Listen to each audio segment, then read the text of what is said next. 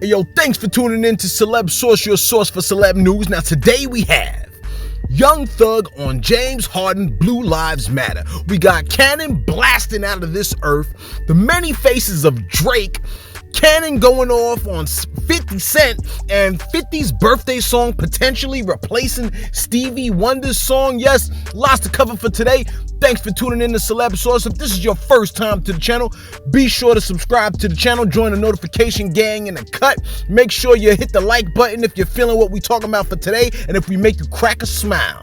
Now, first on deck is Young Thug, who was coming to the defense of his boy James Harden, who on the official Rockets social media team's Twitter page decided to mask up with a picture of himself in a Blue Lives Matter mask. Now, sure enough, everybody's got to mask up during these pandemical times, to say the least. But everyone putting the mask on their face specifically is making a choice as to the type of mask that they're rocking. Now, everyone knows that when it comes down to all the different movements that are taking place, the Blue Lives Matter movement is one that stands for the importance of the lives of police officers. But, and don't get me wrong, police officers' lives are definitely important. But the issue is screaming out Blue Lives Matter at a time when police brutality appears and feels like it's at an all-time high.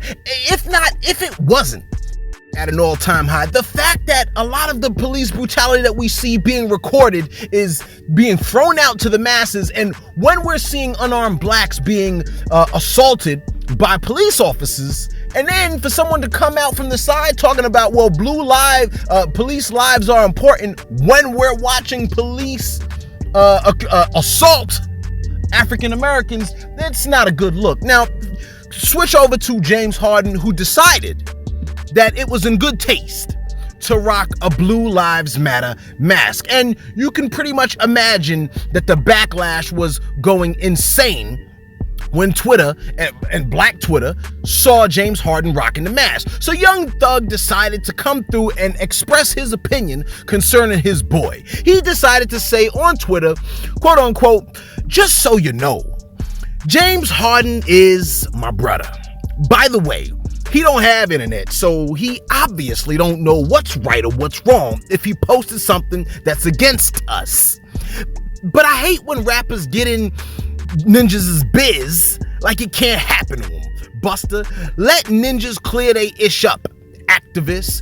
Essentially saying, lay off his boy. It sounds like he was trying to be funny by saying the man don't have internet, so obviously he doesn't know what's right or wrong, which actually highlights another unique issue that we're noticing. The internet itself, social media declaring what's right and what's wrong. Now, true enough, rocking a Blue Lives Matter anything at this time appears to be in very, very poor taste. I usually use the illusion of the World Trade Center coming down and someone saying, hey, well, what about all these other buildings over here, right? These buildings are just as important as the ones that just had the planes fly into them, right? That's essentially what All Lives Matter, Blue Lives Matter is saying at a time when we see African Americans being assaulted.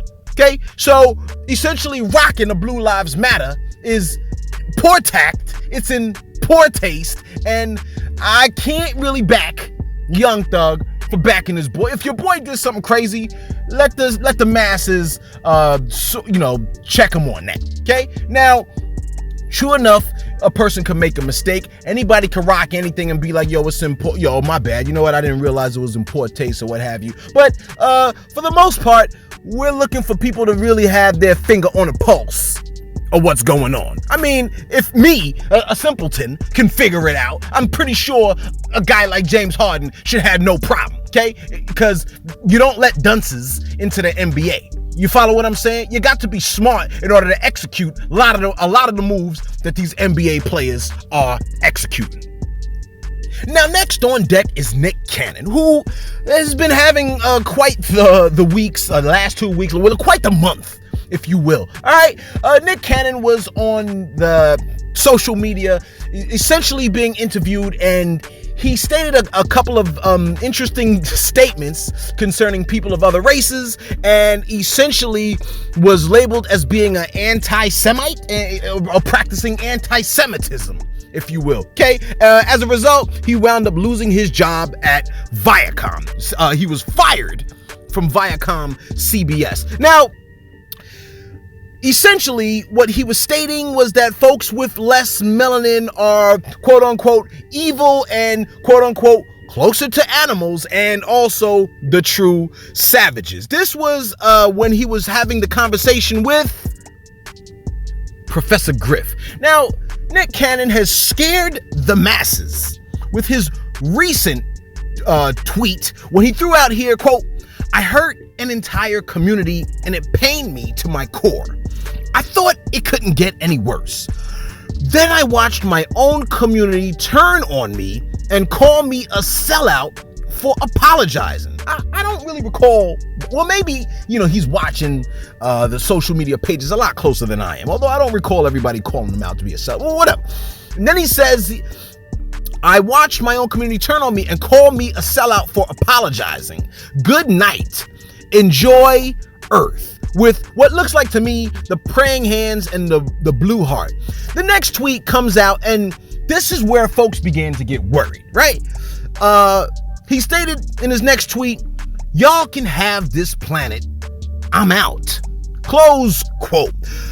Essentially worrying his fans and letting us all feel like, this kind of sounds a little bit suicidal, right? Suicide-y kind of language. Generally, when people start talking about leaving the planet and leaving the earth, this is cause for concern. We got to check people into the social worker so that they can have a conversation about why what they're saying is really not cool, okay? We're all hoping that essentially we're all sitting here saying, yo, Nick Cannon, you wilding out, bruh. It ain't that serious. There's 1,000,001 people that would love to have you on their platform. You're a man of many talents, bruh. Okay? So cut the talk. Stop talking crazy. All right? And somebody's going to have you on the backside. You're just having a rough week, bruh. Academics just had that week not too long ago. So you'll bounce back. Tekashi 6ix9ine, he bounced back, and it's Tekashi 6ix9ine of all people. And think about how much love that man is getting. You mean to tell me that emotionally, I guess it would be different if everybody, I can't even say everybody universally loved you, because a lot of people hate him if you want. 6ix9ine has a lot of folk that like him. Okay, you could be like, he's a sucker, he a snitch, he a this, he a that. I'm not saying I'm loving him or I'm hating him. I'm just saying the man got a lot of folk that love him. You can turn around and be like, yeah, well, shoot, some neo-Nazis got a lot of people that love, the main one has a lot of people that love. I'm not saying they're good. What I'm saying is that, Nick Cannon, you got a lot of folk that love you and your style, bruh. So cut the crazy talk and get it and get the ish together. You're gonna bounce back on the backside. But if you ride in Farrakhan's wave, what kind of ocean current you're gonna be dealing with, bruh. Okay? Sorry for the poor analogy or whatever. And sound like we get a little bit excited, but man, you know how we do, man. And you know where to go if you're looking for something a little bit more somber and sad. Okay? Next on deck is Drake. Now, Drake, I love this man's music. I can't front. I never wanted to like him. He's one of those folks I was like, I don't know. I don't think I like this dude. And then a couple of songs came on the radio and I was like, yo, this joint's kind of hot. Yeah, that joint's kind of hot. Yeah, this joint's kind of, he dropped one with Future. That's kind of hot. Your boy Drake took off his shirt. Folks took a picture of his shirt and essentially with all the tattoos on the man's back, they said the Drake tattoos look like a Zoom meeting.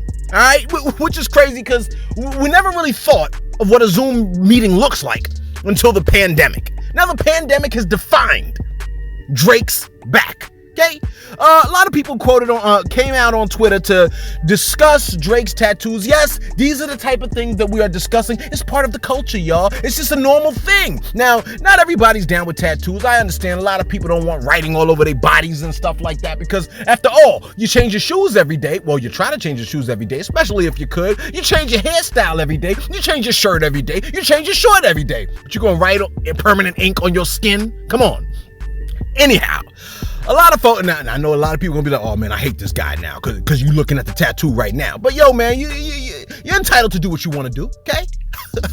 This is one man's opinion, all right? Now, Drake, folks came for the man's tattoos. Now, on Twitter, some folks came out and said, what is this? Hashtag BLM said, Drake has the worst tattoos ever. They don't even look bad. They just look so unorganized. You got E-Rock that came out on Twitter talking about his joint looks like a Zoom meeting. Anti-Chance the Rapper account stated Drake was in a tattoo shop and just basically said, it don't matter. In other words, do whatever you want, man. I'm just a blank canvas. I'm just a blank canvas. Pookie said, I just want to know why Drake got so many tattoos of mother effers' faces. Mount Rushmore back behind. Now, and lastly, Veteran Freshman said, Drake might have the worst collection of tattoos that I ever seen on a human being. Like, bruh. But the man is entitled to have any kind of tattoos he wants. Let the man live. That's what it is, you know? Folks don't... Okay, Nick Cannon, right? Took a clap at your boy 50 Cent. Well, actually, 50 Cent started it. And isn't that always how the story goes, right? 50 Cent starts it, and then folks either have the back and forth or not. But when 50 starts going in on you, unfortunately, he doesn't seem to stop. It's like he's got an endless supply of troll in him. You follow what I'm saying? Nick Cannon lost his job at Viacom, and it appears that they were attempting to take Wildin' Out from him. Now, if you don't know, Wildin' Out is this hot show. It's almost like an improv show, coupled with a little bit of freestyle antics and acts. The show is hot. It's on YouTube. You definitely want to check it out when you get a chance. If it's still on YouTube, I guess I need to check to see if it's still on YouTube, right? It would have been wise to have done that, but whatever. Okay, 50 Cent came through. Now, mind you, Nick Cannon is the executive producer and creator of Wildin' Out. 50 now, and he's now fighting for the rights of being able to continue to possess it. 50 Cent came through essentially throwing something out here which says Michael Blackson out. Tune in next week for my new show Out Wild, starring Michael Blackson. It's almost like a fake me out poster, essentially 50 Cent trolling. Let go, I ain't got all day, and Ish better be funny. So he's essentially saying that Nick Cannon not only will lose his job, but he's gonna lose his job to Michael Blackson. And if you know Michael Blackson, that brother is absolutely hilarious. Nick Cannon came back at 50 Cent essentially saying, ha ha ha, it be your own people. Feels like when Los Angeles Confidential, aka The Game, came in and took over G Unit. Quote, damn, homie, in high school, you was the man, homie.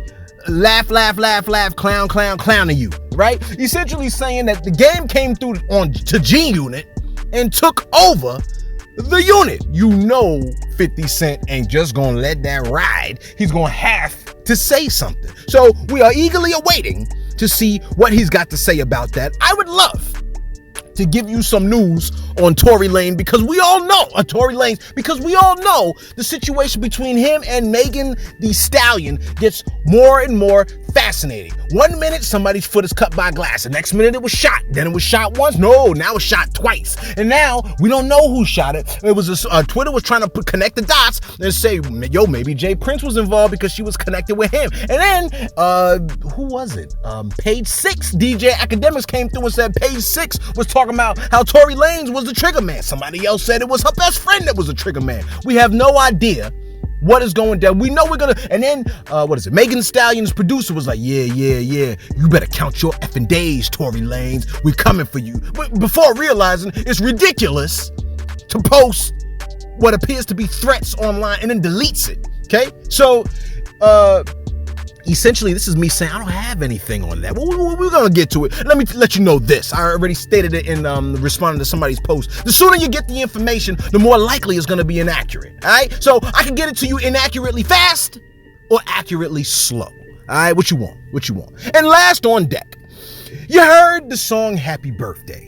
You heard Stevie Wonder's rendition of Happy Birthday. Me, I don't know. Call me what you want. I like the classic version, okay? Never really liked the Stevie Wonder version. I feel like that's, whatever. A lot of people like it. I ain't gonna hate you. But my favorite version of Happy Birthday appears to be 50 Cent's version of Happy Birthday. Yes, exactly how that goes. And if you don't know how that goes, we gonna let Carol Baskin, aka the lady that was against the Tiger King. Remember the Tiger King? Everybody knows the Tiger King because they was quarantined in their house, Netflixing their lives away about 2-3 months ago. Well, and everybody saw the Tiger King. If you haven't seen the Tiger King, shame on you.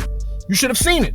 But Carol, and everybody knows Carol Baskin was that lady that was hated for approximately about a month. Now, Carol Baskin has come through, and here she is singing 50 Cent's version of Happy Birthday.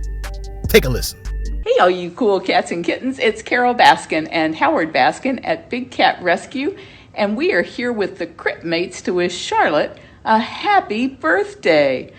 Go Charlotte! It's your birthday. We're gonna party like it's your birthday. We're gonna sip Bacardi like it's your birthday. And you know we don't give a fudge that it's your birthday.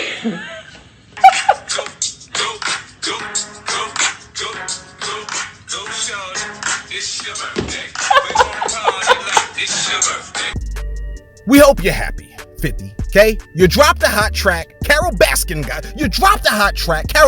got on it, and now we got to deal with that.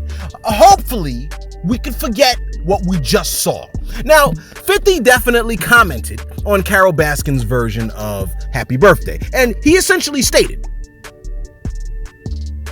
this song wasn't music, it was magic. It went everywhere in the world, then never went away. Every day is somebody's birthday. What? This dude is wild. But the ish it did to Murder Inc. LOL. You know he's gonna come for Murder Inc. at one point or another. Not a month goes by without a shot at Murder Inc. Yo, thanks for tuning in to Celeb Source. Be sure to like, be sure to subscribe. Make sure you join our notification gang. See us on Instagram, please, at celebs_source1. And we're gonna see you on the flip side. Peace.